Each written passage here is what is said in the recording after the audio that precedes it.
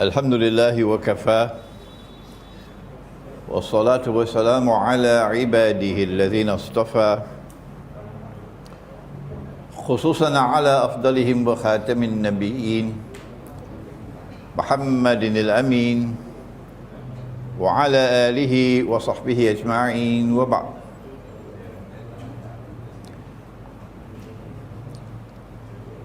Respected Imam at the Surau Al-Amin in the district of Setapak in Kuala Lumpur in Malaysia, our respected Datu Rosli Sharif, and remember that name, Datu Rosli Sharif, who has worked overtime in organizing this, the second lecture I'm delivering here in this masjid on topics which are very important.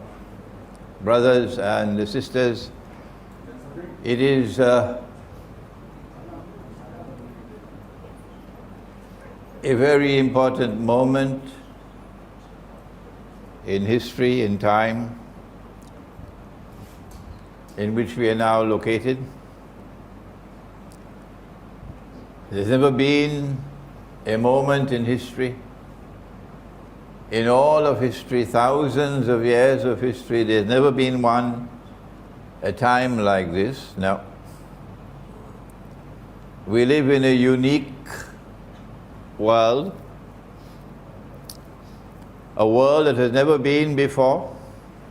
No one has ever seen this kind of world before. And those who therefore would simply drink their teh tarik and eat their roti canai and go home and sleep,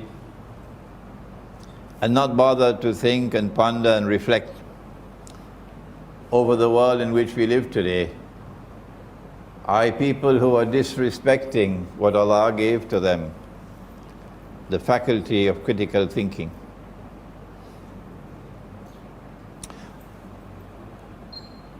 It is our view that Islamic eschatology offers an explanation like no other subject can explain the reality of the world today and of events which are constantly unfolding and now with increasing speed. What then is eschatology? And how important is eschatology when viewed from the perspective of the Quran and the ahadith of Nabi Muhammad alayhi salatu wasalam? Let us begin with Allah's blessed name in attempting to answer these questions. What is eschatology? Or in Arabic, Ilmu Akhir Zaman. And how important is this subject?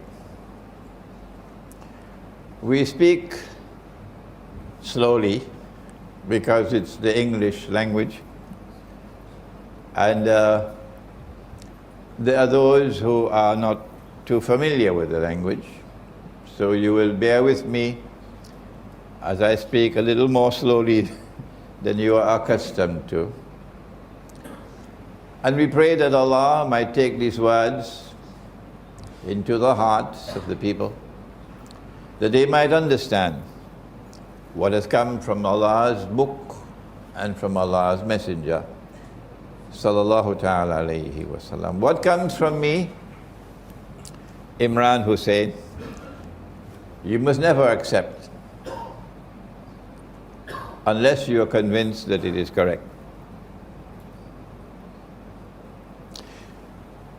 Nabi Muhammad sallallahu ta'ala alayhi wa sallam has just performed the Hajj. It's the first and it's the last Hajj.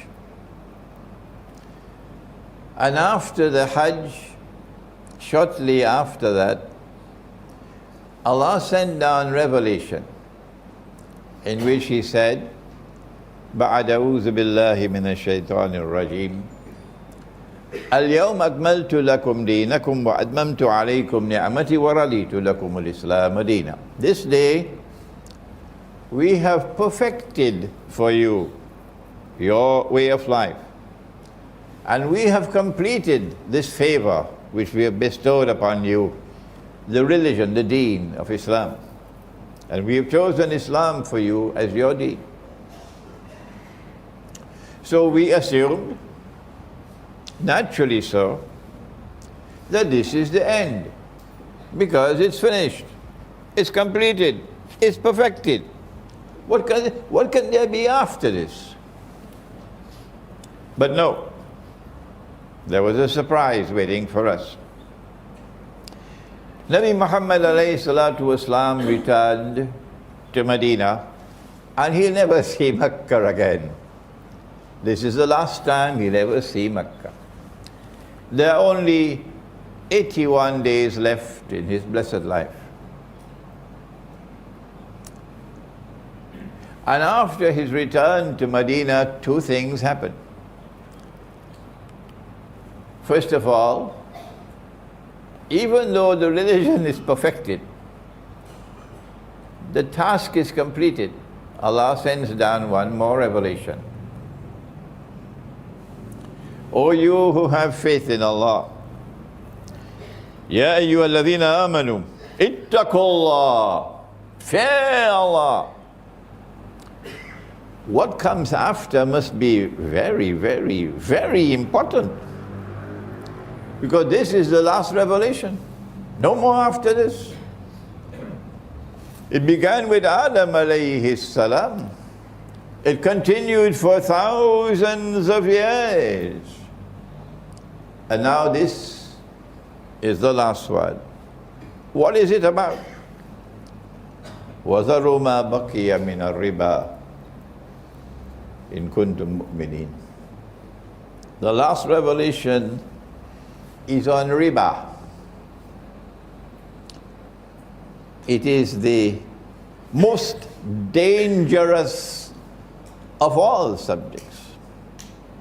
It is a poison which, if it enters into your community, your system, would suck you dry, would so weaken you that you become powerless to resist, would enslave you. That's riba. And yet, we never hear a khutbah on riba. Maybe someone should call on the phone to those who write the script for the Salatul Jum'ah, the khutbah, and which are then read out. This never happened before. This is bid'ah. This never happened before in history. That the khatib had to read a script which was written by somebody. But whoever is writing it, perhaps someone could call him and tell him, oh, why don't you write a script on riba? Because you never hear a khutbah on riba. But this is the last revelation. And in this last revelation, Allah says, if you do not desist from riba, then take notice of a declaration of war from Allah and from His Messenger. If Allah is at war with the money lender, today he's called a bank.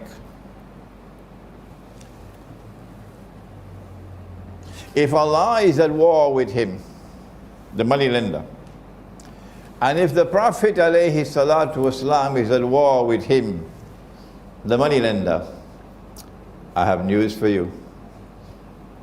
You are also at war with the money lender. Did you hear that? So if you are at war with the money lender, we should see some warrior-like responses from you. On riba, at least begin to study the subject. But the fact that this revelation came down when it did is the mother of all warnings. But then something else happened, which is the subject of our topic today. We were sitting in the masjid, and the Prophet alayhi salatu wasalam is sitting with us. And a man enters the masjid, he's dressed in all white, his hair is all black, but no one knew him. Well then, he had to be a traveler, musafir, coming out of the desert, because no one knew him. Medina is small. Well, if he's coming out of the desert, he'll have dust on his clothing, and dust on his eyebrows, and dust on his beard. In those days we used to have beards. But this man is spotlessly clean. So this is a puzzle. This is something strange. This is something mysterious. He's not a resident of Medina, and he's not a traveler coming from outside. Did he fall down from the sky? Who is he? It's mysterious. It's mystifying. It's a moment never to be forgotten. It turns out, eventually we learned that this was Jibreel alayhi salam. And Allah sent him in human form in front of everybody. It's the first time in history that Jibreel alayhi salam appears in human form in front of a whole gathering. Never before. First time. And he came to ask 5 questions. And they're divided into 2 parts. In the first part, he asks what is Islam and what is Iman and what is Al-Ihsan. But in the second part, he asks, when will the last hour come? And what are the signs of the last hour? This is Ilmu Akhir Zaman, the second part. In answer to the first question, when will the last hour come? He replied and said, the one who is being questioned has no more knowledge than the one who is questioning. I mean, I know who you are. And I know what you know. So let's leave that subject.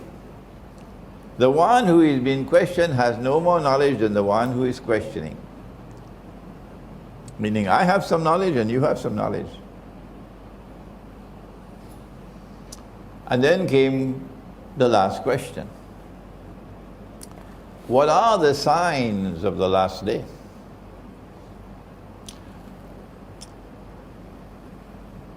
The last day is different from the last hour. The last hour will come like the twinkling of an eye, so suddenly, and that's it. And the entire material universe will be transformed into something different. غَيْرَ الْأَرْضِ, it says. غَيْرَ الْأَرْضِ وَالسَّمَاوَاتِ, something different. Mountains will become like pieces of cotton wool. And all the graves will throw out their burden. Everybody will come resurrected for the judgment. That's the last hour. But before that, there is another end, and that's the end of history. And that's our subject.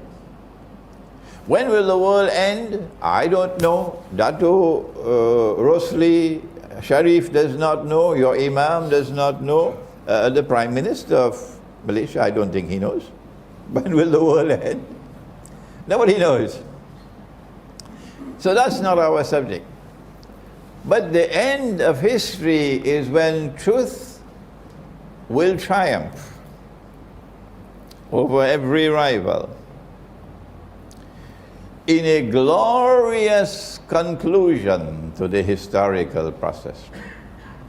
when justice will triumph over injustice and oppression, and the stars will smile on that day, and the oppressed will no longer weep. That is the end of history. That end of history is characterized by numerous signs. And these are the subject of study in Ilmu Akhir Zaman. And because Allah sent Jibreel alayhi salam at the very end of the life of the Prophet alayhi salatu wasalam, after this he dies. This is a sign from Allah that this subject is the most important of all. Do not neglect this subject. Ilmu Akhir Zaman.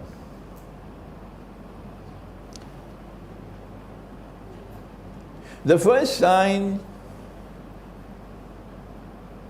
of the two was very easy to understand and to recognize. We didn't need a PhD from MIT. That the naked, barefooted shepherds would be competing with each other in the construction of tall buildings. My building is taller than yours. Oh, no, no, no, no. We got the tallest one of all in Dubai. Oh, no. We in Jeddah, we're coming with one taller than you in Dubai. Huh? This very simple, that you would easily understand that the people who are impressed by tall buildings, and the tall buildings is a symbol of progress. And if Kampung, for our listeners in Britain and France, Kampung means a village. For if Kampung doesn't have any tall buildings, then Kampung is backward. So leave Kampung and head for where the tall buildings are. This is the sign of a person whose intellectual acumen is that of a naked, barefooted shepherd. What do you mean? I got my PhD from MIT and you telling me? Yes, that's what we're saying. That you now equate tall buildings with progress. You no longer consider what is in the heart to see, is he a man who speaks the truth? He never tells lies. That's important. Because our Prophet, Allah's blessings be upon him, said about Akhir Zaman, there would be great liars. People will have PhD in telling lies in Akhir Zaman. So if this is a man who is truthful, who is trustworthy, who when he gives his word, he keeps his word. If he is like, Al-Amin, they gave him that name in Mecca. They called him Al-Amin because he was truthful. He never told lies. He was trustworthy. You could trust him. When he gave his word, he kept his word. This is no longer important, no. You no longer judge people by their character. No, you judge them by their bank account and by what car they drive and which suburb they live in, and how tall is the building. So this was a very easy sign of Akhir Zaman. But then came the second one. And this one was not the same. He said that you'd find that a slave woman would give birth to her mistress, You can't understand this literally. No. This is language which is symbolic. In the Quran, Allah has sent us revelation in which some of the ayat are muhkamat, plain and clear, and others are mutashabihat, that you have to interpret. Similarly with the hadith, this is mutashabiha. It has to be interpreted that a slave woman would give birth to her mistress. To understand this, you have to understand riba, which delivers slavery. It is riba which delivers slavery. And so my daughter and your daughter is now a slave. That's what she is. In that glorious kingdom called Singapore, which prides itself as the model kingdom of the world. Follow the model of Singapore. So then why Singapore? Why are you so shamelessly enslaving my daughter? As a maid, as a servant. She's the first to wake in the morning, Singapore. She's the last to sleep at night, Singapore. And my daughter works as a slave. She has no vocation, Singapore. And all that you studied in Harvard about the free and fair market, Singapore, you took it and threw it into the garbage bin. Shame on you, Singapore. You make an agreement with Indonesia to pay her $300 a month. Shame on you, shame on you, shame on you, Singapore. Would any Singaporean woman work for $300 a month? Or $500 a month? None, none, none. But my daughter has to be a slave. That's riba. Because you know where the Indonesian rupiah is now. Yes.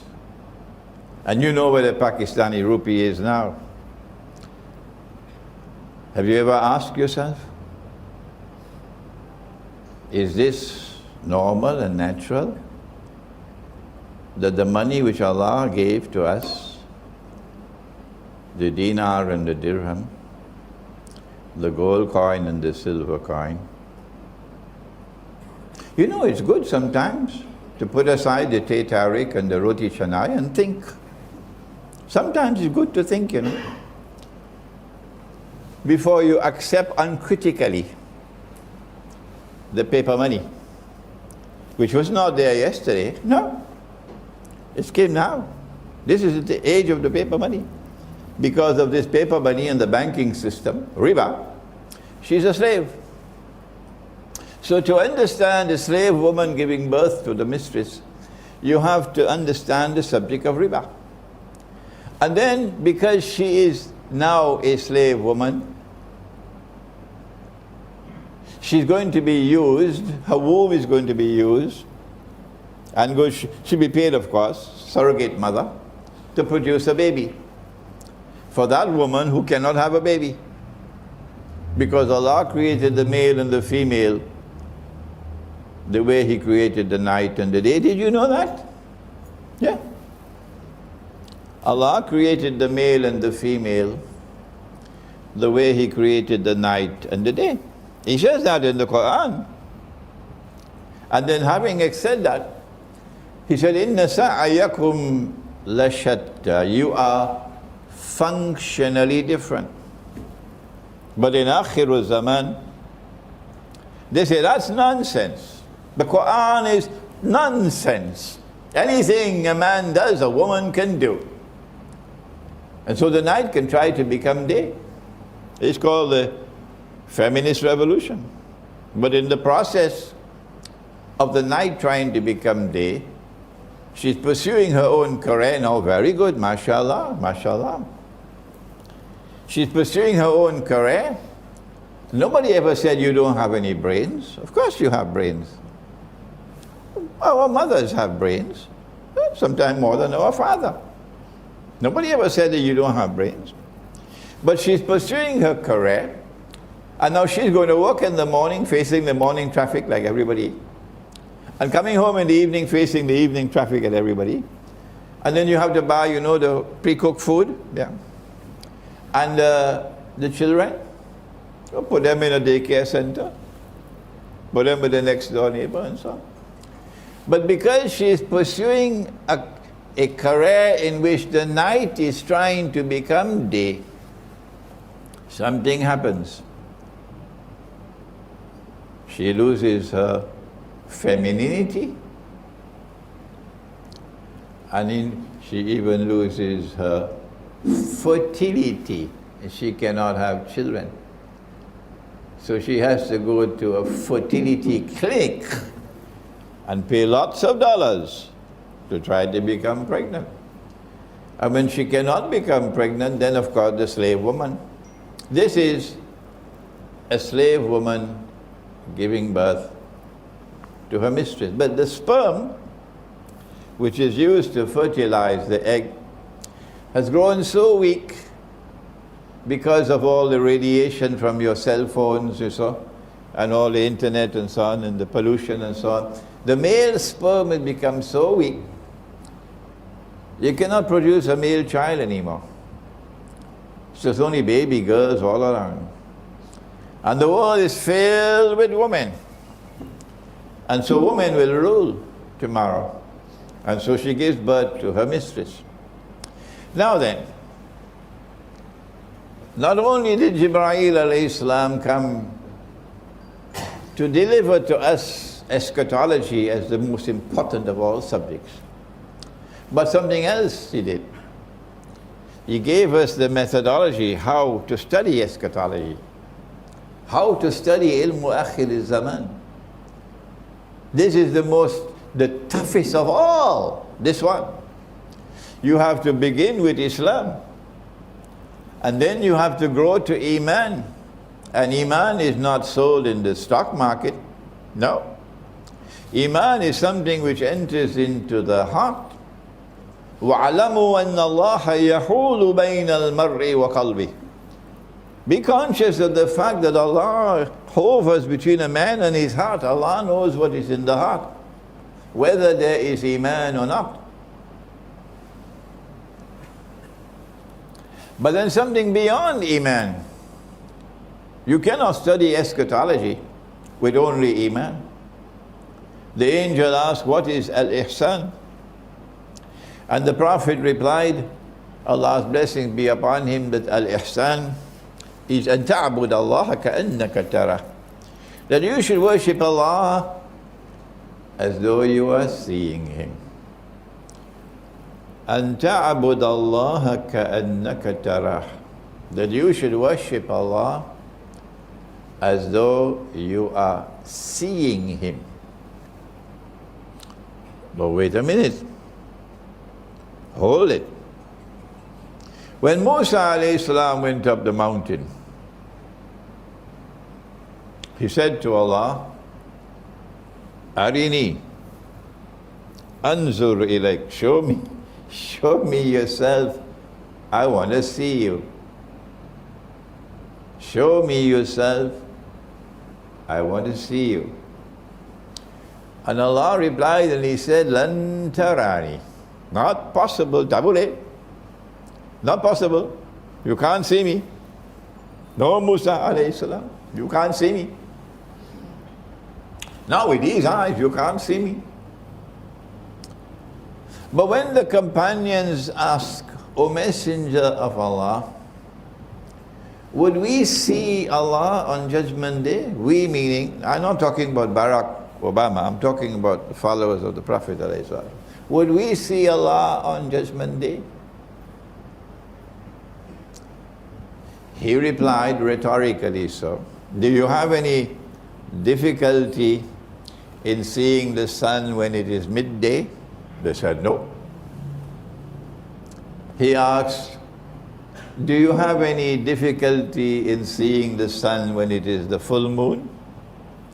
We just had the full moon 1 week ago. This is the 24th day of Shawwal. He said, did you have any difficulty in seeing the full moon? They said no. He said, that's how you see your Lord. Is there a conflict between Quran and Hadith? The Quran says you can't see him, the Hadith says you will see him. Is there a conflict? No, there's no conflict. No, there's no conflict. Because the Quran says that we have, in addition to these eyes, that the heart can also see. This is epistemology, the branch of knowledge which studies knowledge and how is knowledge acquired. Epistemology. So when the Quran says you'll never see me, you cannot see Allah with these eyes. And when the Hadith says you can see Allah, it is with the internal eye.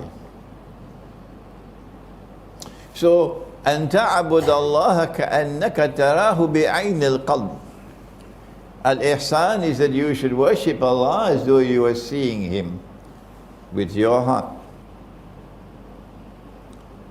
So you cannot study eschatology the way you study other subjects at university. Not at all. To study eschatology, to study the world at this time, when events are constantly unfolding so strangely, you need not only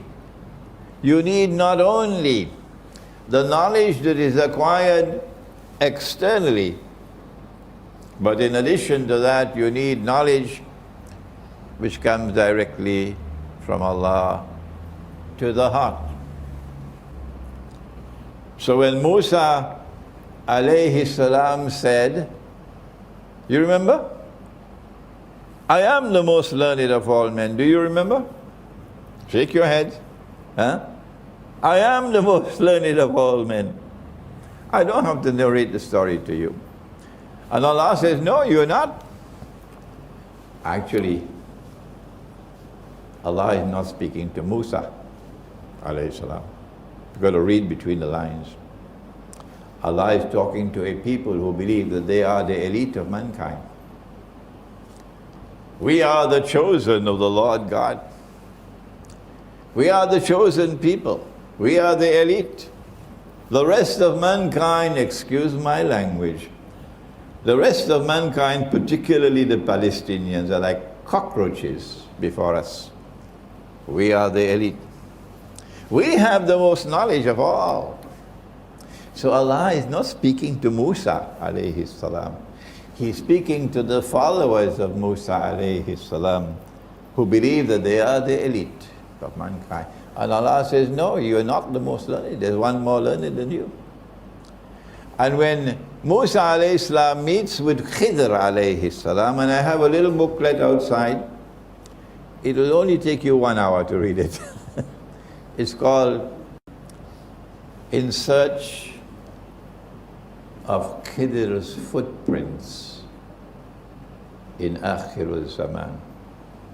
In Search of Khidr's Footprints in Akhir Zaman. To meet with Khidr, to meet the most learned of all men, to meet the only one who can read the world in Akhir Zaman, to understand what is the meaning of Brexit. What is the significance and implication of Brexit? You need more than an economics degree. You need more than a PhD in monetary economics. You need more than expertise in international monetary economics to understand Brexit. Or, you know what happened in Turkey? The coup d'etat which was an unsuccessful coup d'etat. And now, I don't know whether you have this expression in Malay, a Trojan horse. A Trojan horse, you know. You slip the horse inside, and you have your soldiers hidden inside the horse. Trojan horse. In French, I was told it's called a cheval de Troie. A cheval de Troie. So now Turkey is being prepared to become the Trojan horse for Russia. In order to be able to understand these important events which are unfolding in the world, you need more than a PhD in economics and in political science. Yes, this is the message we're giving to the world today from Surah Al-Amin in Sitapak. This man who was sitting on a rock, Khidr alayhi salam, he was sitting on a rock because he's not sitting on the shifting sand. He doesn't change his opinion to suit the way the wind is blowing, so that his name does not go on a no-fly list. You know, so that his business is not threatened. So that the world does not say he's a terrorist. No, he doesn't care. He doesn't care for that. He is firm like a rock. You can't shake him. Not even with a bulldozer. That's the kind of scholar you need in Akhir Zaman. Not the one who is concerned about maybe I lose my salary, I lose my job, I lose my promotion. The fellow who is preparing the paycheck might not prepare it for me if I give a wrong khutbah. He sits on a rock. That's the scholar you need if you want to penetrate Akhir Zaman. More than that, Musa alayhi salam, you know where to find him? You'll find him at Majma'ul Bahrain. You'll find him at the place where the two oceans meet. Is it Atlantic and Pacific? No. This is mutashabiha. The two oceans are the ocean of knowledge, externally acquired, and that you get from the universities, and the ocean of knowledge which is internally received, and that you'll only get if Allah puts nur in your heart. And nur is not sold in the stock market. And you cannot have nur in your heart if you tell lies, monstrous lies, shameless lies. These people got PhD in telling lies. They started long before 9/11. When 9/11 took place, I said, well, you know, there are three kinds of lies. There are normal lies, and then there are great lies, and then there's 9/11. I thought this was the biggest lie of all. But they've been constantly lying, shamelessly lying. And then go to church on Sunday morning and pretend to be a civilized people. So this man is to be found at the place where the two oceans meet. Majma'ul Bahrain. the ocean of knowledge externally acquired, and the ocean of knowledge internally received. And if you want to get knowledge internally, you must have nur in the heart. And that nur comes only when there is sincerity in the heart. The heart must be for Allah. There's a beautiful hadith. My teacher, Maulana Dr. Muhammad Fadlur Rahman Ansari Rahimahullah, gave it to us. That Allah's Messenger said, you must memorize it. Man kana lillah, kana Allahu lahu. Whosoever is for Allah, Allah is for him. Allah is for her. Man kana lillahi, kana Allahu lahu. In addition to that, the one who will receive nur from Allah must direct attention to establishing a proper relationship with Nabi Muhammad alayhi salatu wasalam, because he is nur. قَدْ جَاءَكُم مِّنَ اللَّهِ نُورٌ وَكِتَابٌ مُبِينٌ. There has come to you from Allah a nur, and this book, a nur, and this book. So Nabi Muhammad alayhi salatu wasalam is nur. Follow him. Be careful. Don't part company from him. Because if you step away from him, you're going to lose nur. And finally, if you want nur, you got to go to the Quran. Allah is nuru samawati wal ard. And the Quran is the kalam of Allah. So every word in the Quran is a window to nur.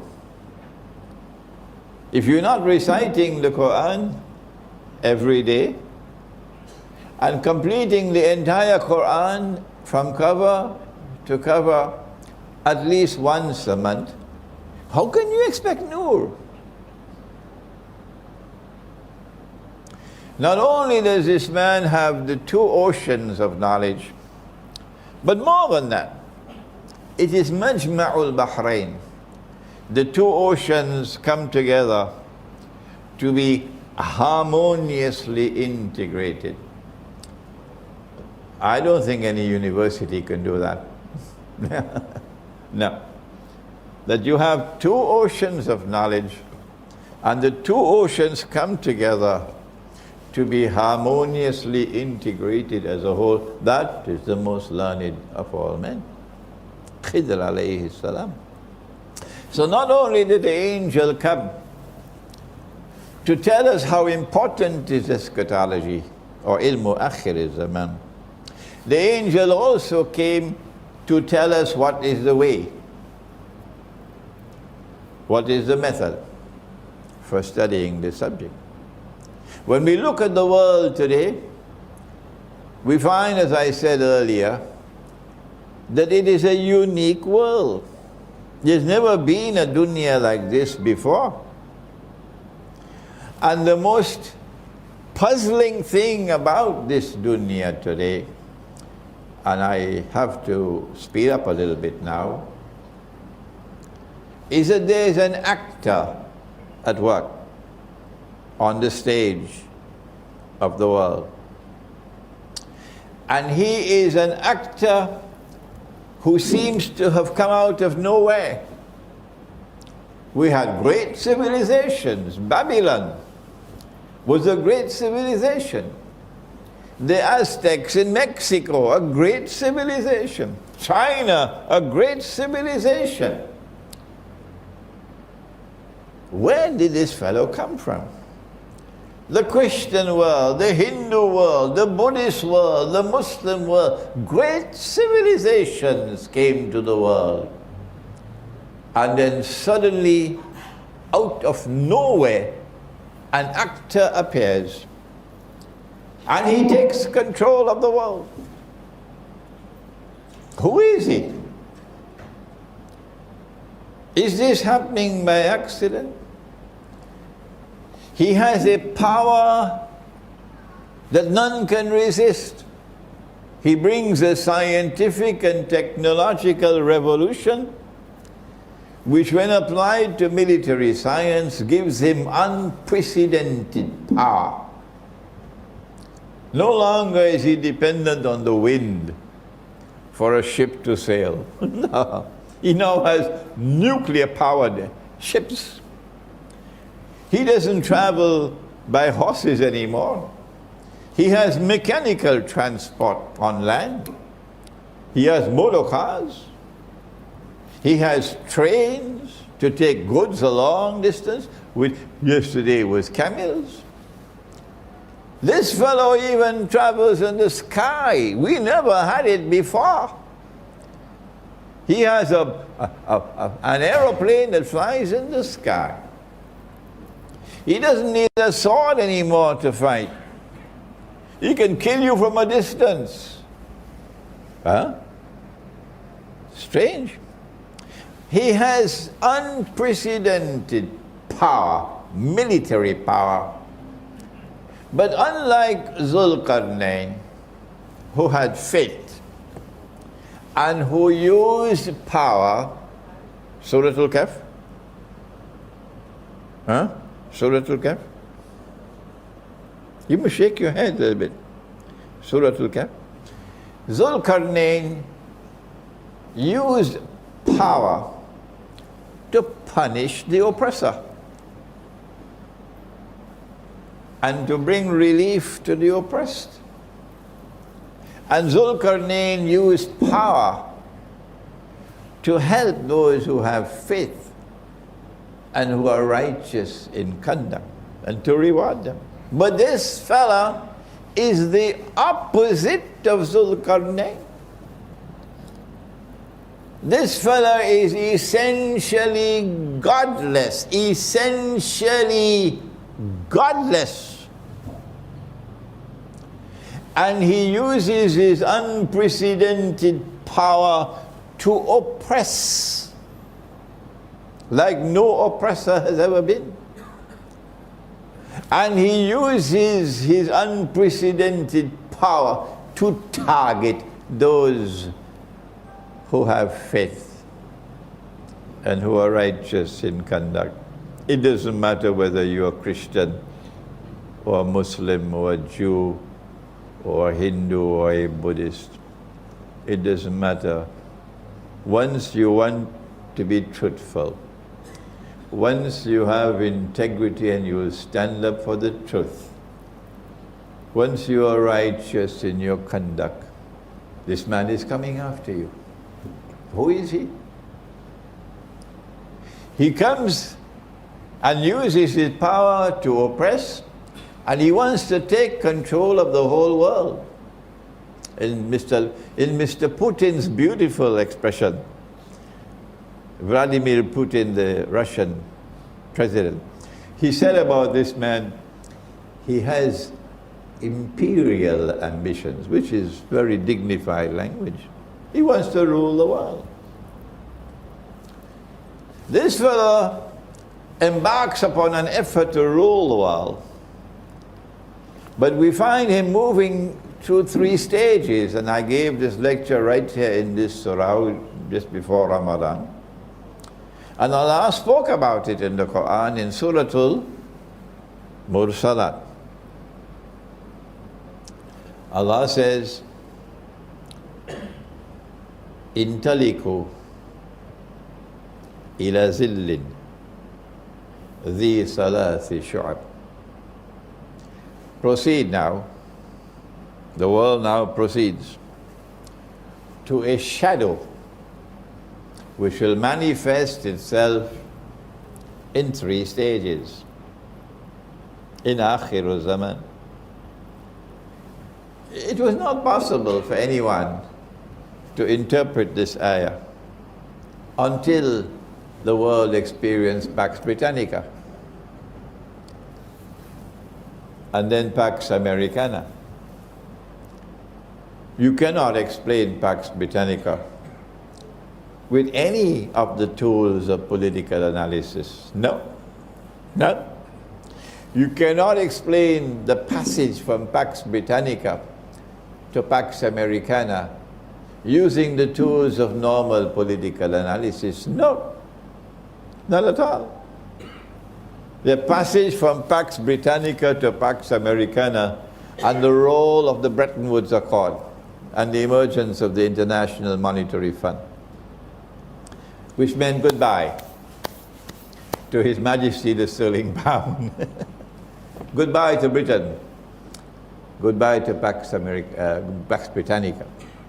And now it's time to say goodbye to the US dollar.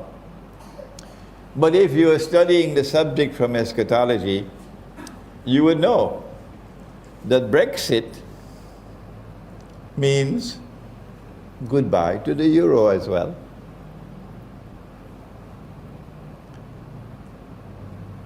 That we are now located at a moment in time when the entire monetary system is collapsing. And the speed at which it is collapsing is frightening. I don't know the speed, but I have a friend, I don't want to reveal his name. He is a deputy governor in one of the central banks of the Muslim world. He might listen to this lecture, so let me be careful with my language. And my friend shared with me that the speed at which it is collapsing now is alarming. And tomorrow it's only gold and silver that will help you. Tomorrow it's only dinar and dirham that will help you. Because the whole thing is going to collapse. And Pax Americana will give way to Pax Judaica. How did we know this? How did we know this? This is in my book, Jerusalem in the Quran, which was written in the year 2000. 16 years ago I wrote that book in New York. Where did I get the knowledge from? That the US dollar is going to collapse, I've been saying this for 20 years or more now. This is eschatology. That you get the capacity to analyze events occurring in the world. Because you know that there is a fella, a mastermind at work, who wants to rule the whole world. And he gave us his first stage of his shadow that Allah spoke in the Quran with Pax Britannica. And the second stage of the shadow was Pax Americana. And we are saying that the third and last stage of the shadow is going to be Pax Judaica. When Israel will seek to replace the United States of America as the next ruling state in the world, and Israel is going to say, away with all of this godlessness. This fellow is not only godless, this fellow is also decadent.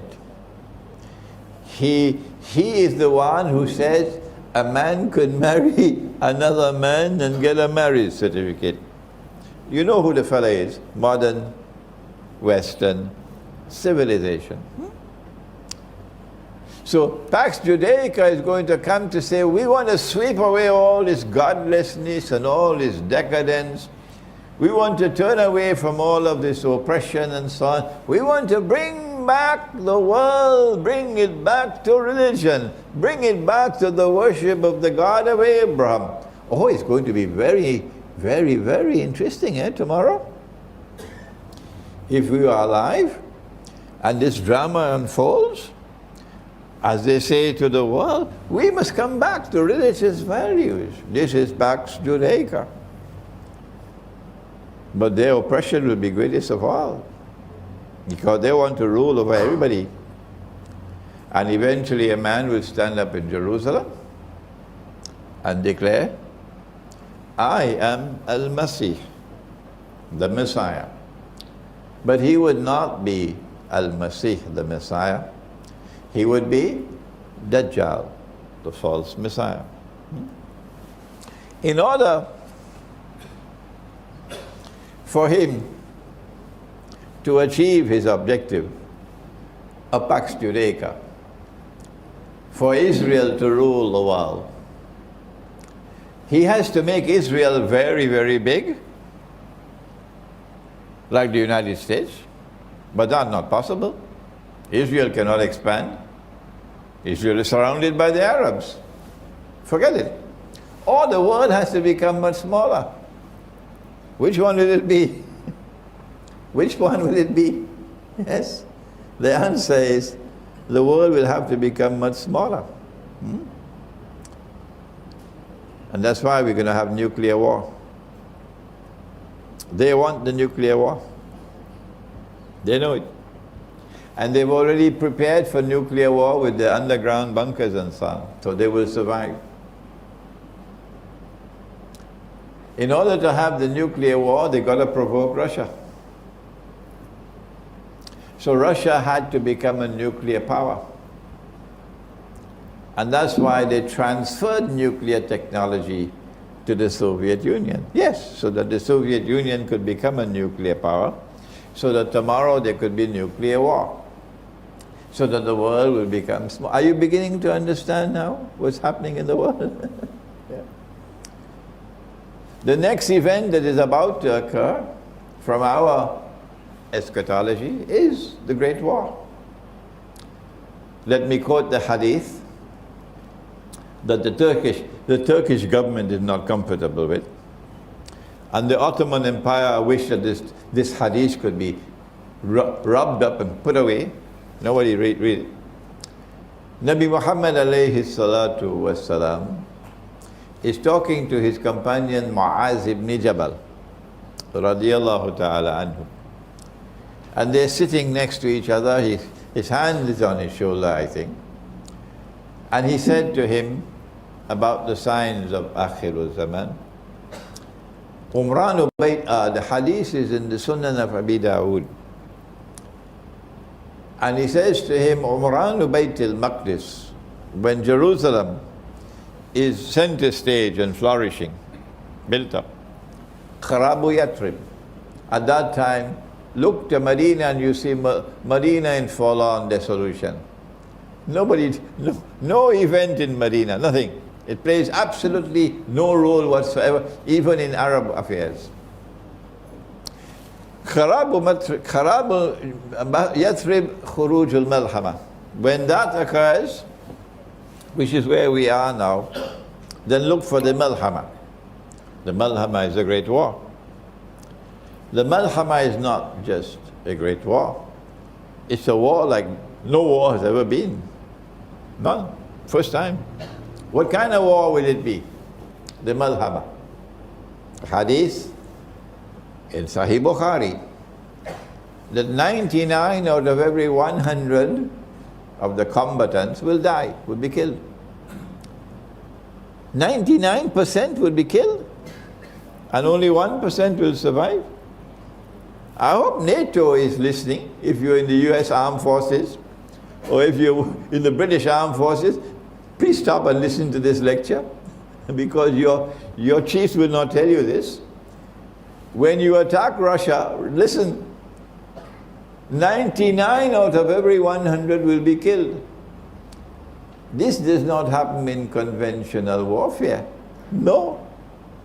The only way that 99 out of every 1,000 can be killed is if it's a war with weapons of mass destruction. Among the weapons of mass destruction that we know of are nuclear weapons and thermonuclear weapons, but there could be others that we don't know about. So don't send me any emails on the subject, please.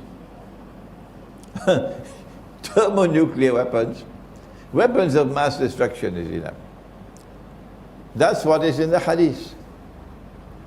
And each one will say, I will be the one who would survive, meaning they're going to enter into this war not knowing whether they're going to win or not.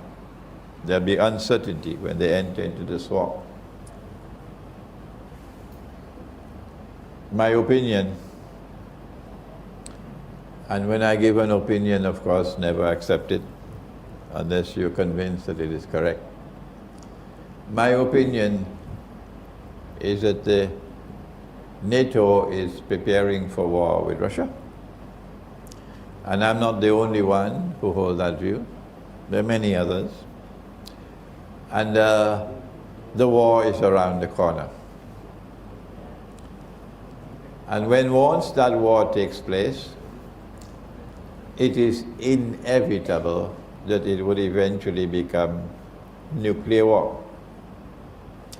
We don't know whether it will start as nuclear war or whether it will be a conventional war which will eventually become nuclear war. We don't know. I'm not a prophet. I don't have an angel speaking to me, no. We know that the war is going to come soon, because the longer they wait to attack Russia, the stronger Russia becomes.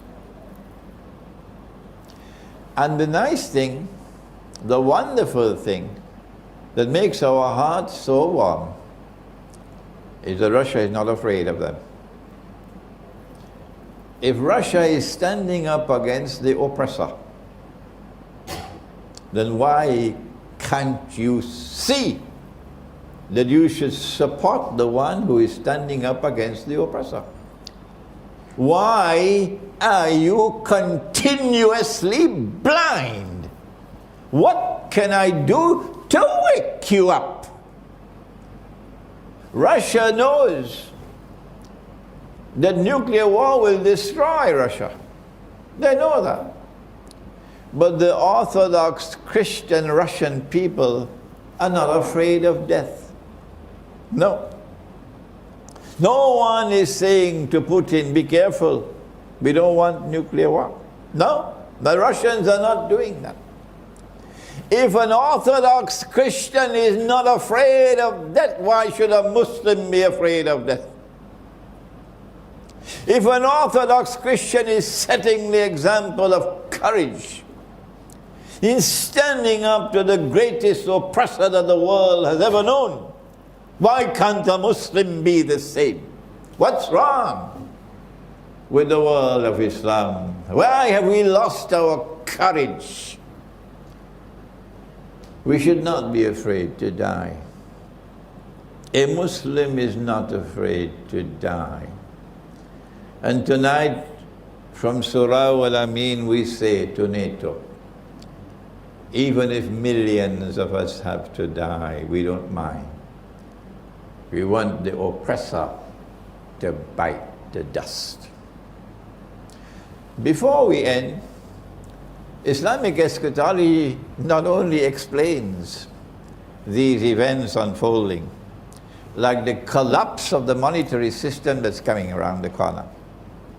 When your paper money can be used, as wallpaper. And the only money that there will be in the world will be electronic money, digital money. So you don't need any money changes anymore. There's only one money for the whole world. It's invisible money, it's intangible money. You can't take it out of your bank account. And if they don't like you, guess what they'll do to your account? They'll freeze it. Yeah, you have no money. And then you come to me to complain? No, no. If you're sensible, you do like the Naqshbandi, the Sufi order, the Naqshbandi. The Naqshbandi are telling their people to keep dinar and dirham. Sheikh Nazim, rahimahullah, who died a few years ago, he ordered all his followers to keep dinar and dirham. Very sensible. Very sensible. The Naqshbandi, I am told, are going into the countryside and farming, organic farming. Very sensible, very sensible.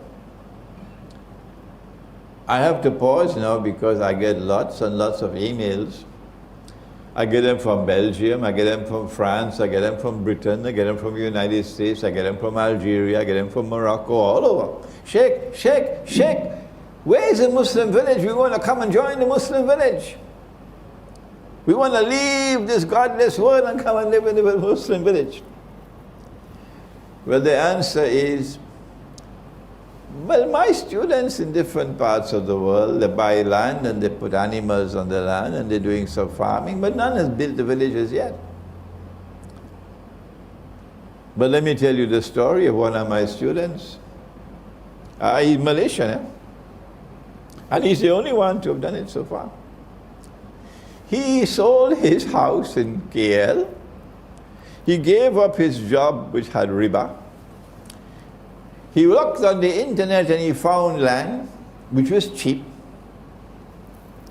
And he bought 1 acre, cheap. And he went and built his house. He didn't get a contractor, no, he bought the material and he employed the men and built the house. He planted rice. He planted date palms, different kinds of date palms. He planted fruit trees. His 1 acre has now become 6 acres. He has goats. He has chicken. He has ducks. He has horses on his land. It's only about an hour and a half out of KL. But to get to this land, there was a road where only a motorcycle could go. That's why it was so cheap. And he built it up. So now a motor car can go. And I went 2 weekends ago to this brother with a wife and me, mashallah, mashallah, mashallah. He could not have done it if he didn't have the support of his wife. His wife has been at his side supporting him, yes, mashallah. And they're a young couple with a son about 5 or 6 and a daughter about 2 or 3, that's it. And only a few villagers living around there, some distance away, small kampung. But a beautiful spot where he is. And when you go there, you don't want to go back to KL. So why don't you do that? Instead of sending emails to me from France and Britain, Sheikh, the Muslim village, why don't you do what this brother has done? Sell your house in London. Yes, sell your house in London. Give up your job, make hijrah. Go look for the countryside where land is cheap. The land on which he's planting his rice, he bought for 10,000 rupees, 10,000 ringgits an acre. It was swamp land, he had to fill it up for 10,000. So that's what you can do in preparation for nuclear war. You have to stock up on food, you have to stock up on water, you have to stock up on energy. He has a well, a tube well. He's going to use solar energy to bring the water up. But in addition, he's sensible, he has a hand pump. So if the solar energy doesn't work and there's no electricity, he can still get water using a hand pump. This is how you prepare for nuclear war, by getting out of the city.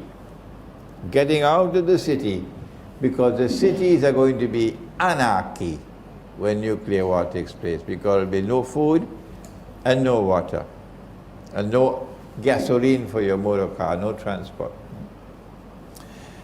Instead of seeking to run away from death, you must have it in your heart. No, I continue the mission of Islam. I'm not running away from death. Allah gives life and Allah takes life.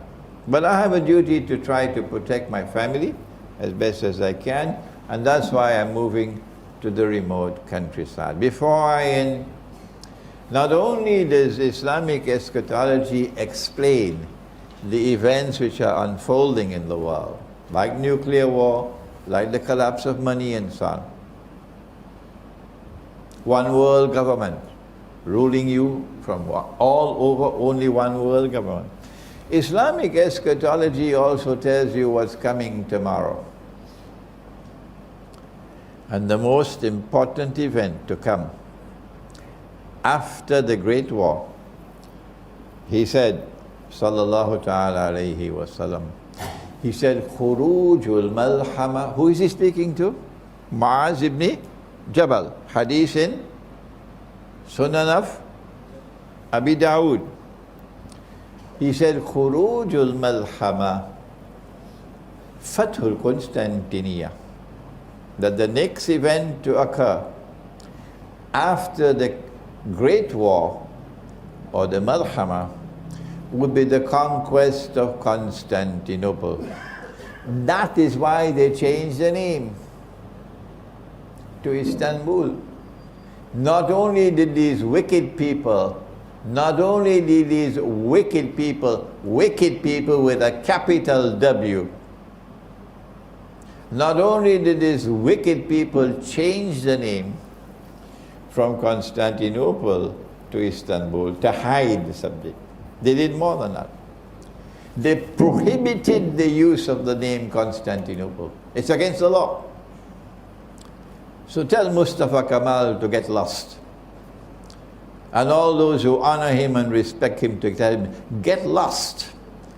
Because if Nabi Muhammad alayhi salam used the name Constantinople, then it is Sunnah. And you cannot prohibit a Sunnah. You must be crazy. The conquest of Constantinople takes place after the Malhama. So it's a lie that they told 600 years ago, the Ottomans, that the Ottoman conquest of Constantinople in 1453 fulfilled the prophecy of Nabi Muhammad alayhi salam. That's a lie. The Malhama has not taken place as yet, Sultan Muhammad Fateh. Why are you lying like this? Yeah, you are a liar. They honor you, they honor you in Turkey, and we say you're a liar. Because the conquest of Constantinople, prophesied by Nabi Muhammad alayhi salatu wasalam, is still to come. I know it's going to give headaches to NATO. I know NATO is scared now when they listen to lectures like these. Because this is Muhammad alayhi salatu wasalam speaking. This is not Nawaz Sharif speaking. It's Muhammad alayhi salatu wasalam speaking. What happens after the Malhama? What do we do? Those of us who die are the lucky ones. I hope and I pray that I am one of the lucky ones. We die. Even if you die before the Malhama, you are lucky. This is a nice time to die. This is a good time to leave the world. After the Malhama is going to be a terrible world. Those who survive the Malhama, I don't know how you're going to live. No sunlight. For I don't know how many days, no sunlight.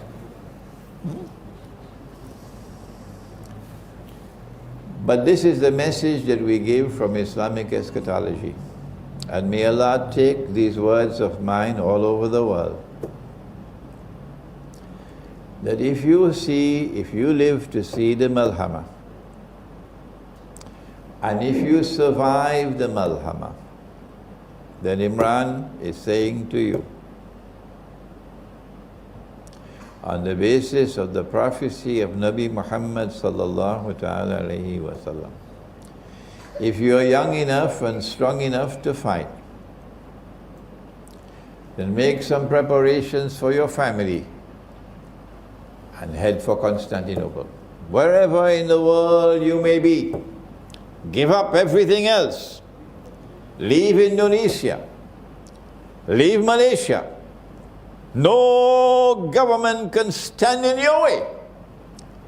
The followers of Muhammad alayhi salatu wasalam, all over the world, as soon as the Malhama takes place, are going to head for Constantinople. Because he said, sallallahu ta'ala alayhi wa sallam, لَتَفْتَحَنَّ الْقُنْسْتَنْتِنِيَّةِ, you will most certainly conquer Constantinople. وَلَنِعْمَ الْأَمِيرُ آمِرُهَا, what a wonderful commander will that be of that army. وَنَنِعْمَ الْجَيْشُ ذَلِكَ الْجَيْشُ. And what a wonderful army that would be, that will conquer Constantinople.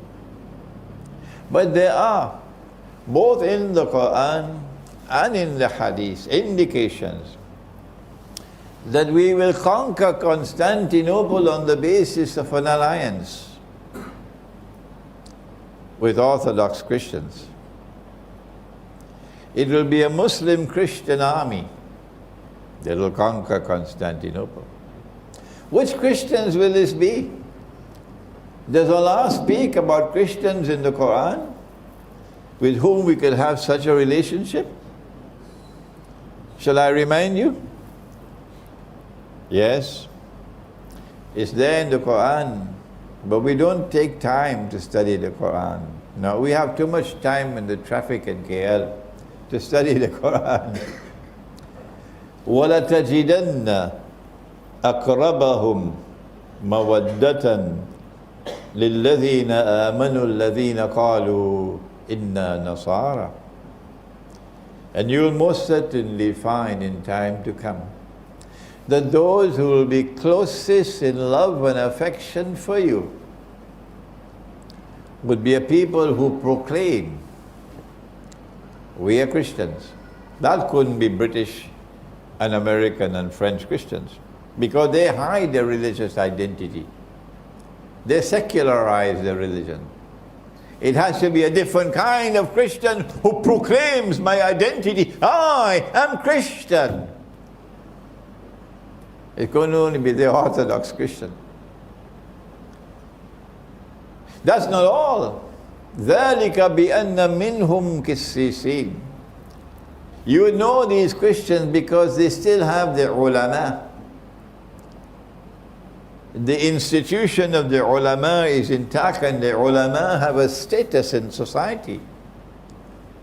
In that Christianity out there where a man could marry another man and get a marriage certificate, the priest is the laughing stock of the world. In this Christianity out here, Orthodox Christianity, the ulama or the priest still have a status, high status. ذَلِكَ بِأَنَّ مِنْهُمْ كِسِّسِينَ وَرُهْبَانًا. There'll be another way you can recognize these Christians. What is it? They still have monasticism. In Britain and in France and in the United States and Canada, the monastery is now McDonald's hamburgers or Kentucky Fry or Pizza Hut. There are no more monasteries. The monastic way of life is gone. But in this part of the Christian world, the monastery is still there. The monk still has an important place. The monastic way of life is still treasured, which is why Kosovo is such a difficult problem. Because Kosovo is the heart of the monastic life of the Orthodox Christian. And the Ottomans knew that. And Bill Clinton knew that very well at Daytona. Oh yes, he knew it. They're devils. So this is the Christian who will be the closest in love and affection for you. But one more thing by which you can recognize this Christian with whom you will make an alliance. وَأَنَّهُمْ لَا يَسْتَكْبِرُونَ. They're not an arrogant people. The British, the French, the American, the German, the Canadian, they want to rule the world. They want us to all become carbon copies of themselves. So if you serve me curry fish and rice, and I roll up my sleeve and I wash my hands, and like a good Malay, I eat with my hand, my fingers. That's the only way you could eat curry fish and rice. Huh? They say, what a barbarian he is. This is uncivilized. You should eat the way we eat, with cutlery. Yeah, curry fish and rice with cutlery. You must dress the way we dress. Take off that dirty beard from off your face. A civilized man is clean shaven. A civilized man wears a shirt and trousers and jacket and tie. I say that's arrogance. And there are many who say the same thing as that. That's arrogance. I went to Russia, and when I went to Russia, I saw lots of beards. Oh yes, lots of beards in Russia. These are not an arrogant people. They don't want to rule the world. They don't want to transform all of mankind into carbon copies of themselves. وَلَن تَرْضَى عَنْكَ الْيَهُودَ وَلَن نَصَارَ حَتَّى تَتَّبِعَ مِلَّتَهُ. No, that's those Christians. These Christians are different. So Allah is telling you as plain as a billboard on the road to the airport. These are the Christians who in Akhir Zaman will be closest in love and affection for you. And you have to build alliances. He says that. He says, Al-kafiruna ba'aduhum awliya'u ba'd. The kuffar are constantly building alliances amongst themselves. Shall I repeat it? Al-kafiruna awliya ba'aduhum awliya'u ba'd. The kuffar are constantly building alliances amongst themselves.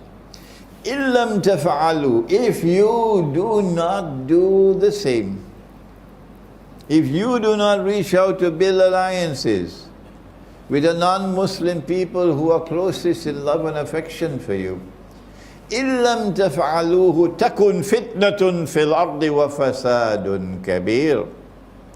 If you do not do that, there will be fitna and great fasad in the world.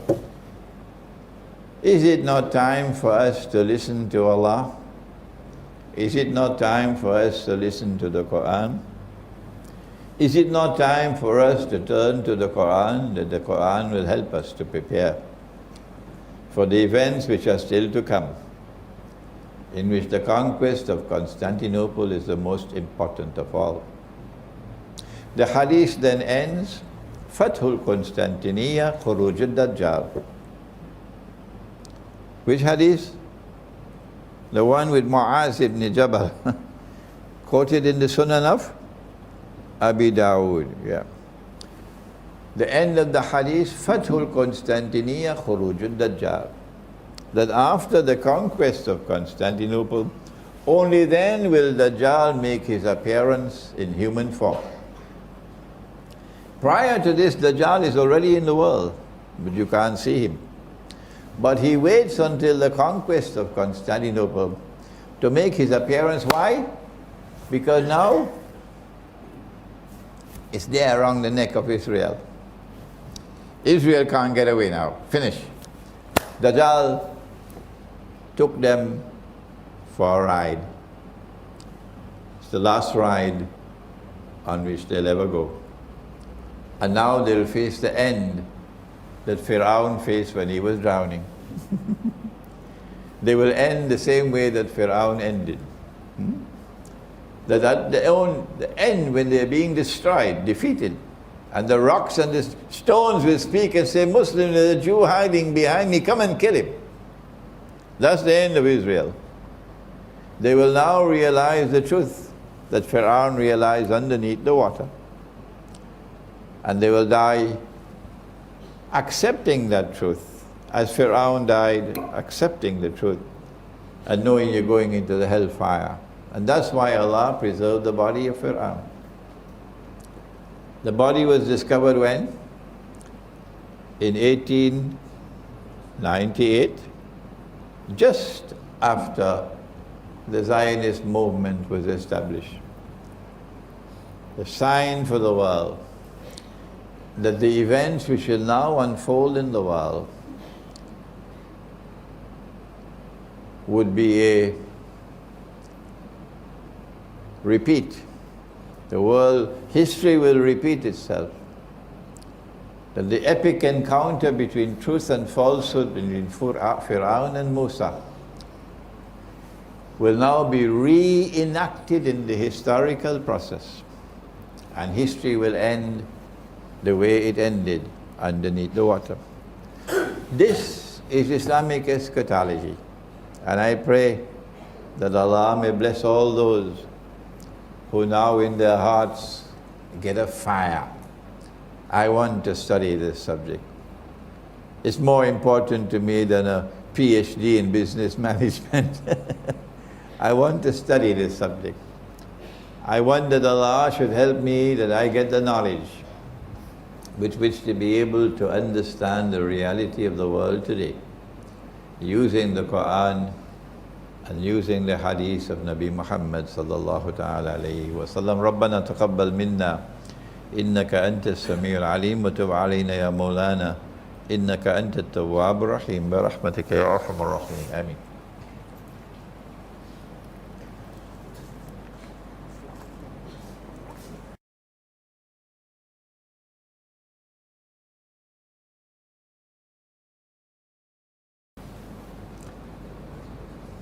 We have some time before Maghrib. Should we have questions? Okay. Dr. Rosli is in charge. And Dr. Rosli says you have a chance to ask any questions you want. Yeah. Number one. One? Oh, only one question. One.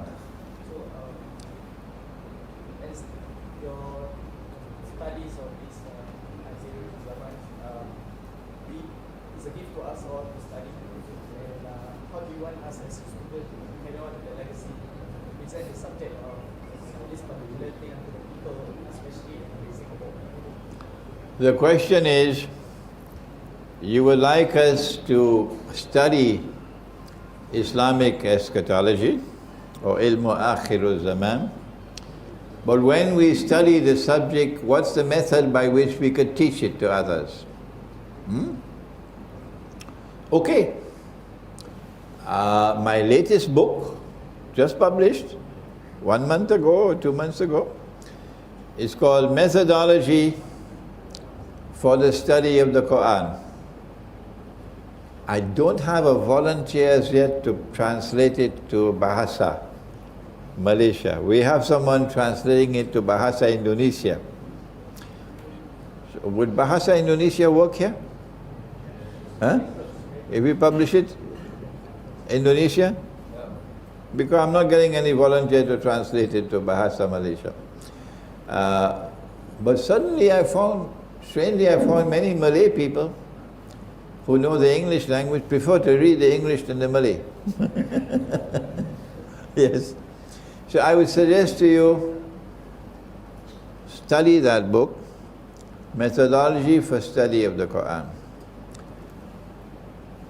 The method of teaching eschatology is different from other subjects, because Khidr alayhi salam made a distinction between the student who comes all puffed up, I am the elite of mankind, the Jews, Banu Israel.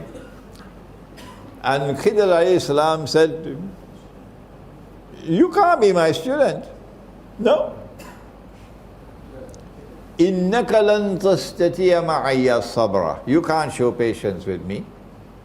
وَكَيْفَ تَصْبِرُ عَلَى مَا لَمْ تُحِطْ بِهِ خُبْرًا. And how can you be patient in respect of that knowledge which lies beyond your capacity to comprehend?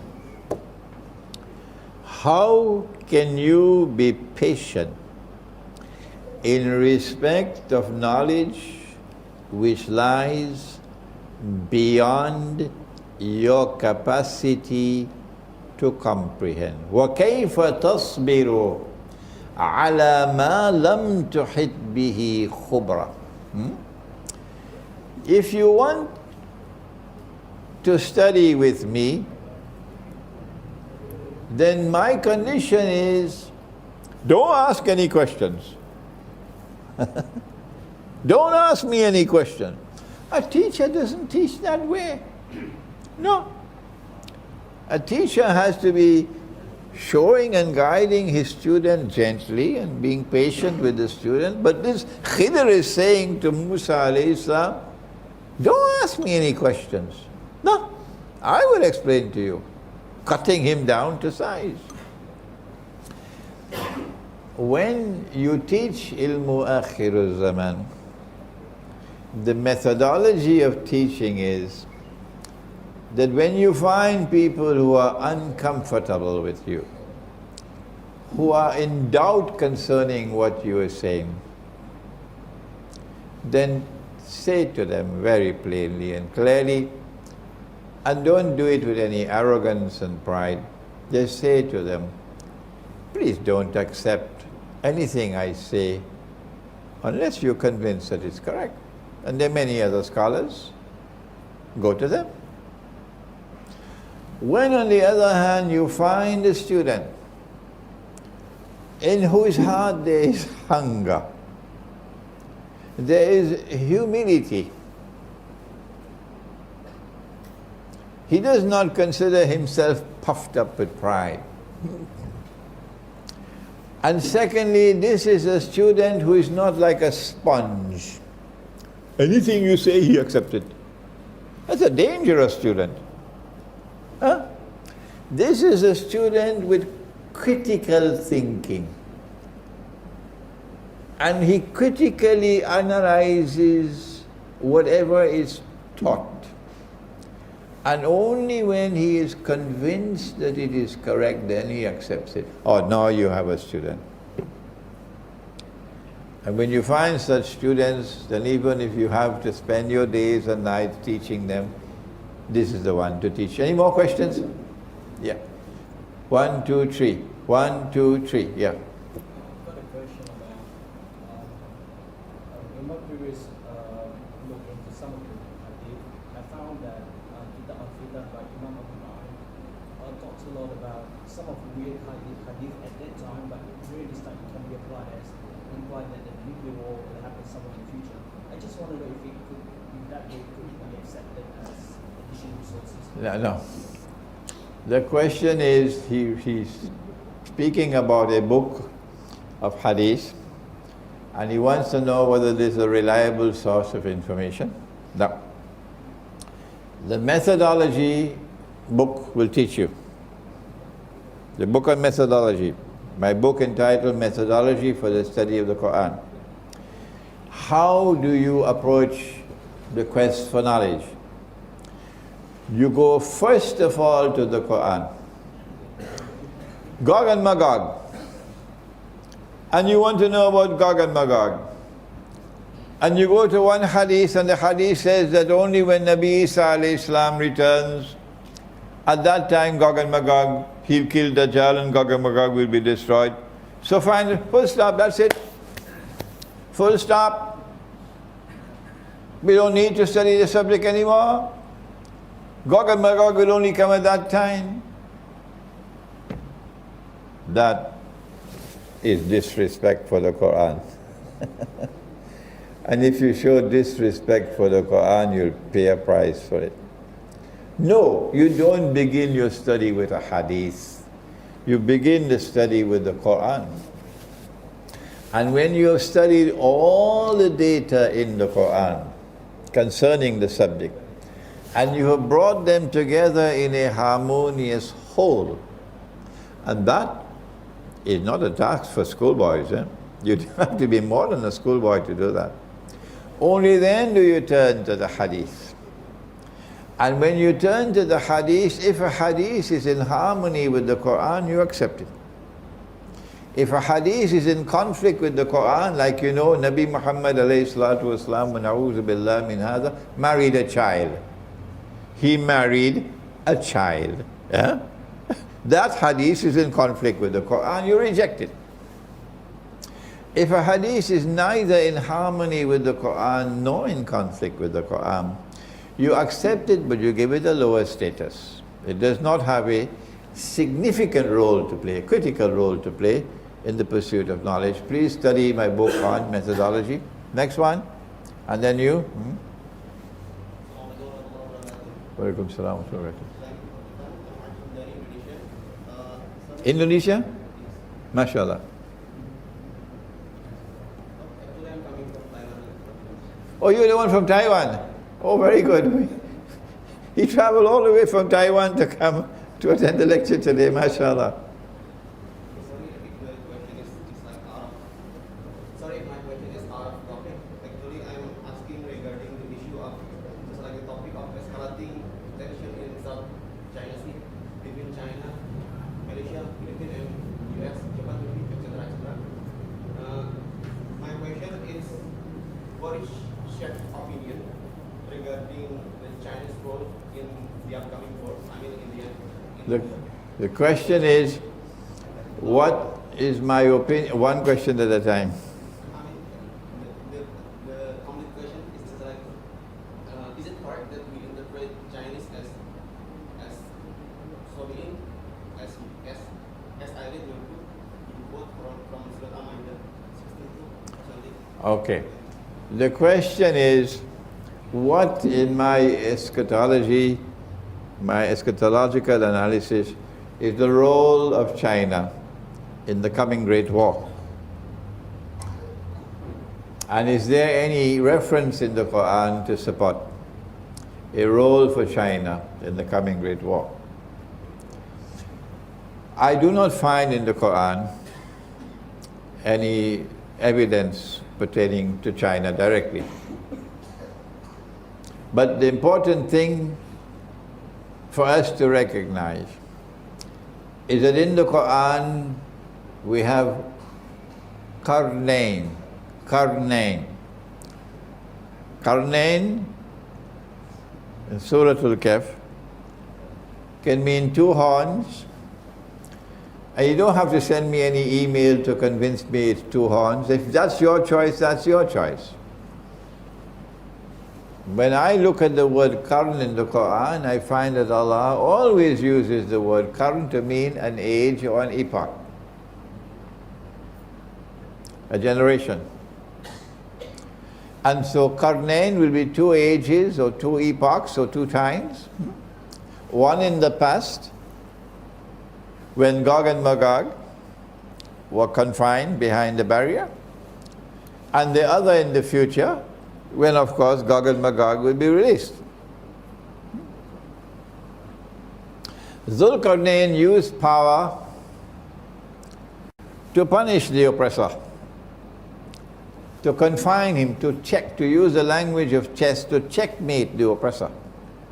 Cannot be destroyed, but it can be checkmated. And in the second age, in the Qarnayn, which is to come, Qarnayn, the second age, will witness the same thing again.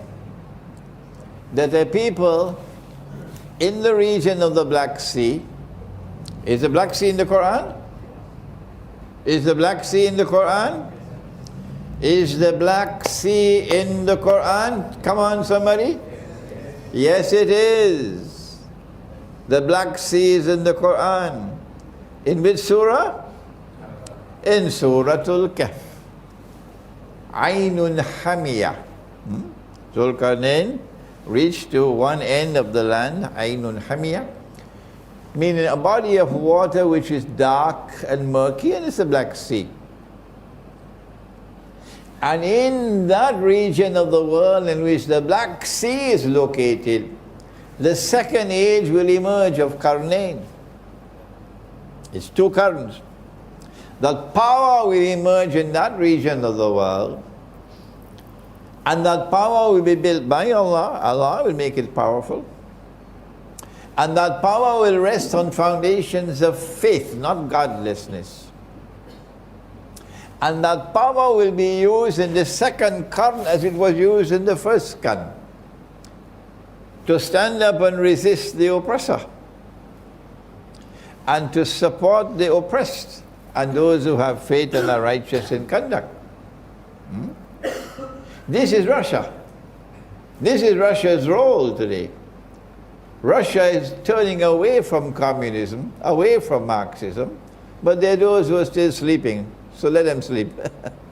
And Russia is returning to Orthodox Christianity.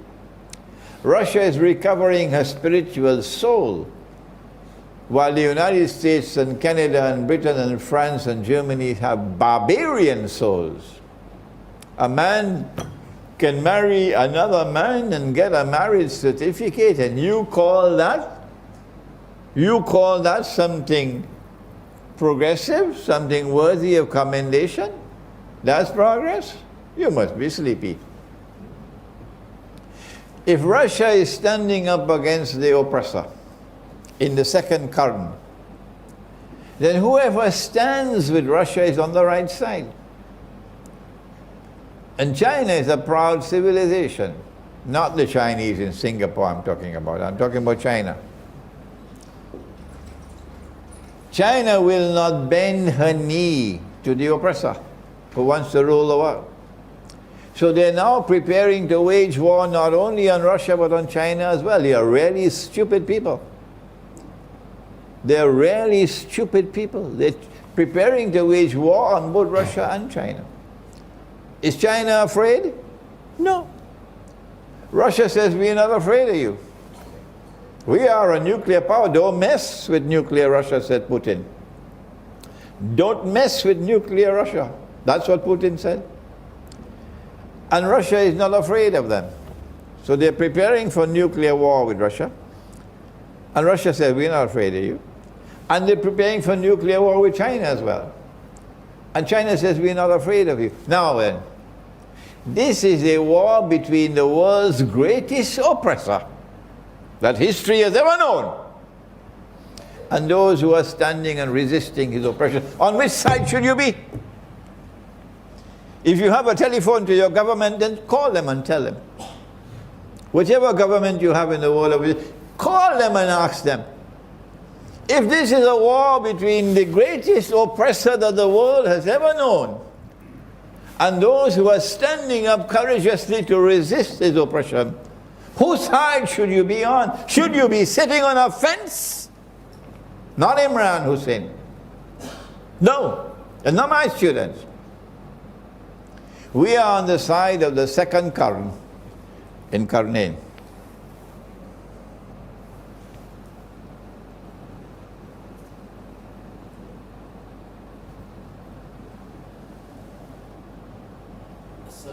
Walaikum salam. You have always mentioned in many of your lectures about the coalition of Russia, China, but it also includes India, who are also actually very closely tied to Israel and also the US, especially on the IT side. So perhaps you can elaborate further. Okay.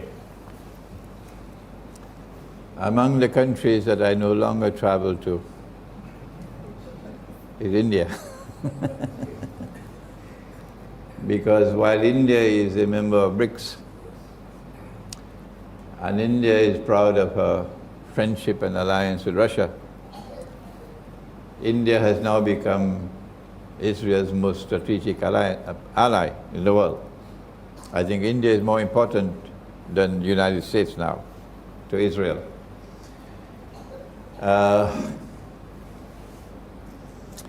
I quoted to you from Surah Al-Ma'idah, but I did not quote the whole ayah.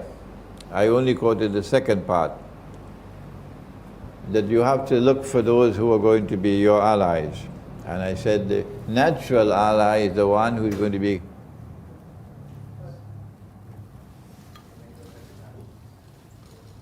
your natural ally would be the one who is closest in love and affection for you, okay? That is the Surah Al-Ma'idah, towards the end of the surah.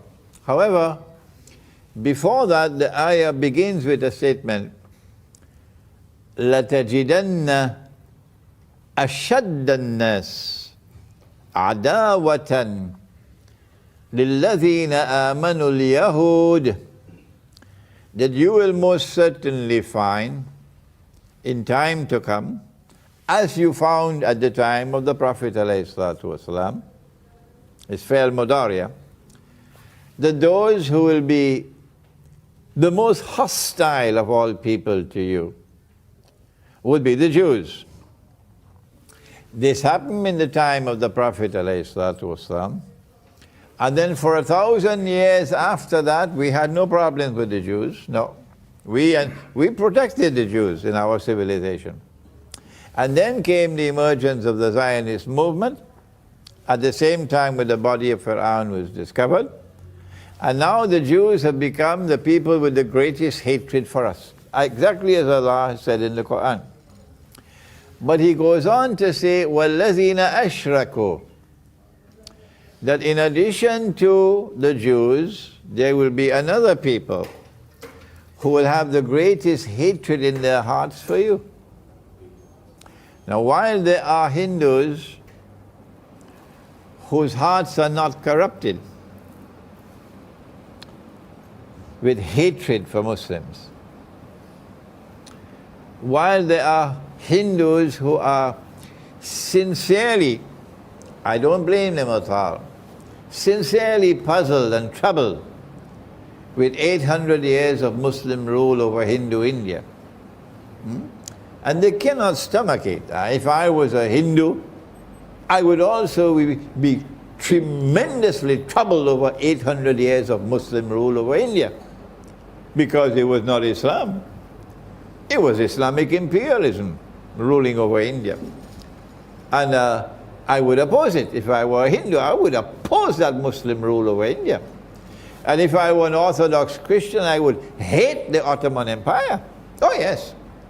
And hate Islam, because this is Islam, Ottoman Empire. If I were an Orthodox Christian, I can't blame the Orthodox Christian for his hatred for Islam because of what the Ottoman Empire did. And I can't blame the Hindu as well, because what these Muslims did, the Mongols, was to impose Islamic imperialism upon India.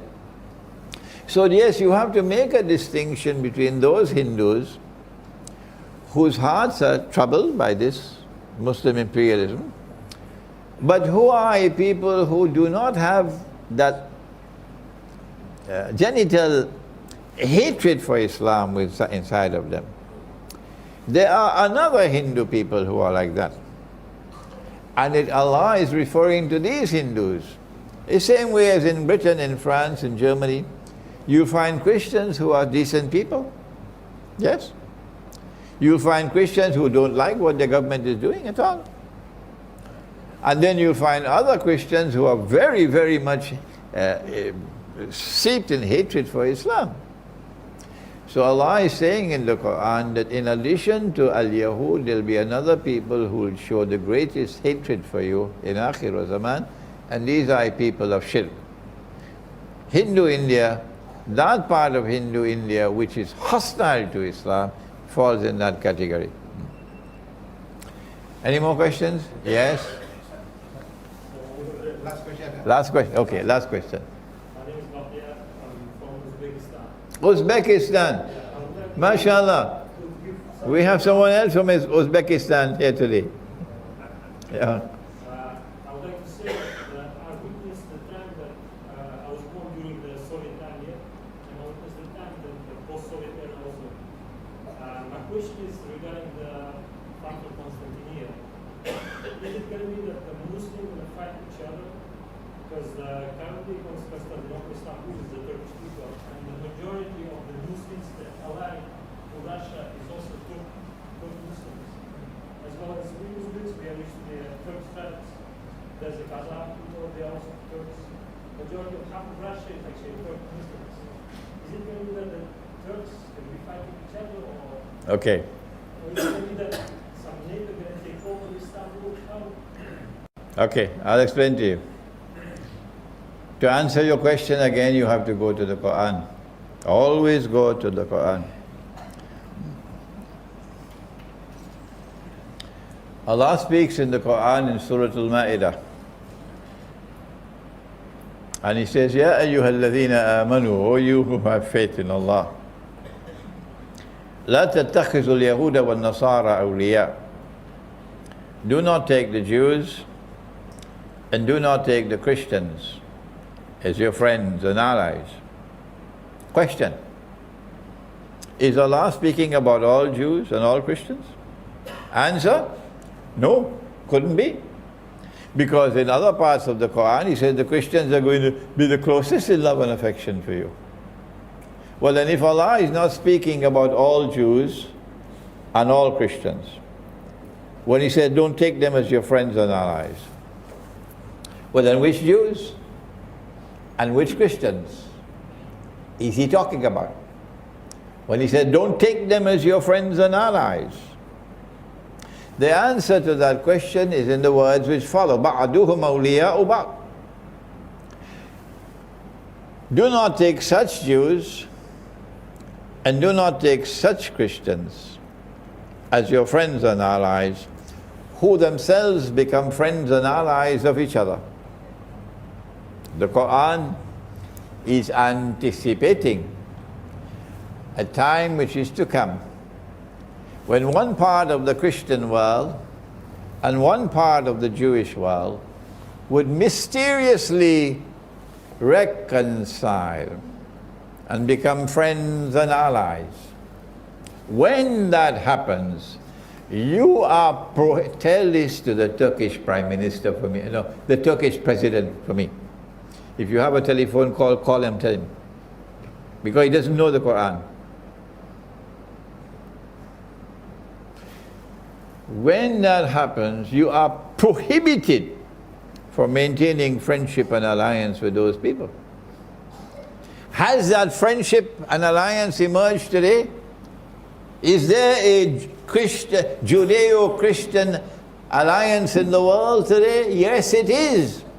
The only ones who can't recognize it are those who drink in Teh Tarik and eat in Roti Canai and going home to sleep. The rest of us know it. It's a Zionist Judeo-Christian alliance. And they control power in modern Western civilization. Not the French people, not the American people. No. That Judeo-Christian alliance controls power in modern Western civilization. And NATO is their military arm. They're not going to like me in Kosovo. They're not going to like me in Bosnia. They're going to like me in Macedonia. They're not going to like me in Albania. But this is the truth. This is the truth. This is the Quran.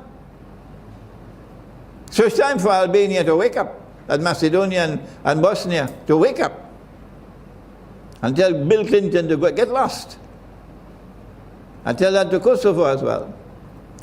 If you turn to that Judeo-Christian alliance with friendship and alliance, what's the price you pay? Listen to the Quran.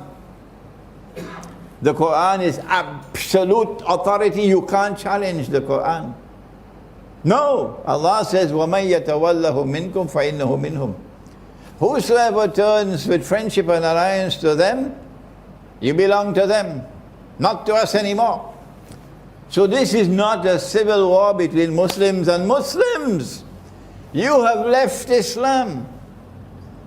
When you join NATO, and you are proud and happy to be a member of NATO, and now you're becoming NATO's Trojan horse after the failed coup d'etat. He knew the coup d'etat was coming. He knew that Fethullah Gulen was part of it. He knew that NATO was a part of it. He knew all of that. And he knew that the coup was going to fail, so that he could have a chance now to wipe out all the opposition there is to him in Turkey. So that Turkey is now strong without any internal opposition, so that Turkey can now play a strategic role in anticipation of the war against Russia. We are not fools. Erdogan should know we are not fools. And I hope Putin knows that this is a Trojan horse. So the conquest of Constantinople will come from a civil war. Turkey will have a civil war. On one side will be those who are fighting the oppressor to get NATO out of Constantinople. And on the other side will be the fools, the bunch of fools who is still standing with NATO. I don't know what Bosnia is going to do. Now they're in NATO's embrace and there's no way to get out. I don't know what Albania is going to do. I don't know what Macedonia is going to do. They are in NATO's embrace and there is no way out. They are trapped. So long as they remain where they are, history is going to move and leave them behind. We thank you for your kind attention to the lecture. I have my books outside, and after Maghrib, inshallah, you can get them. We can also autograph them for you.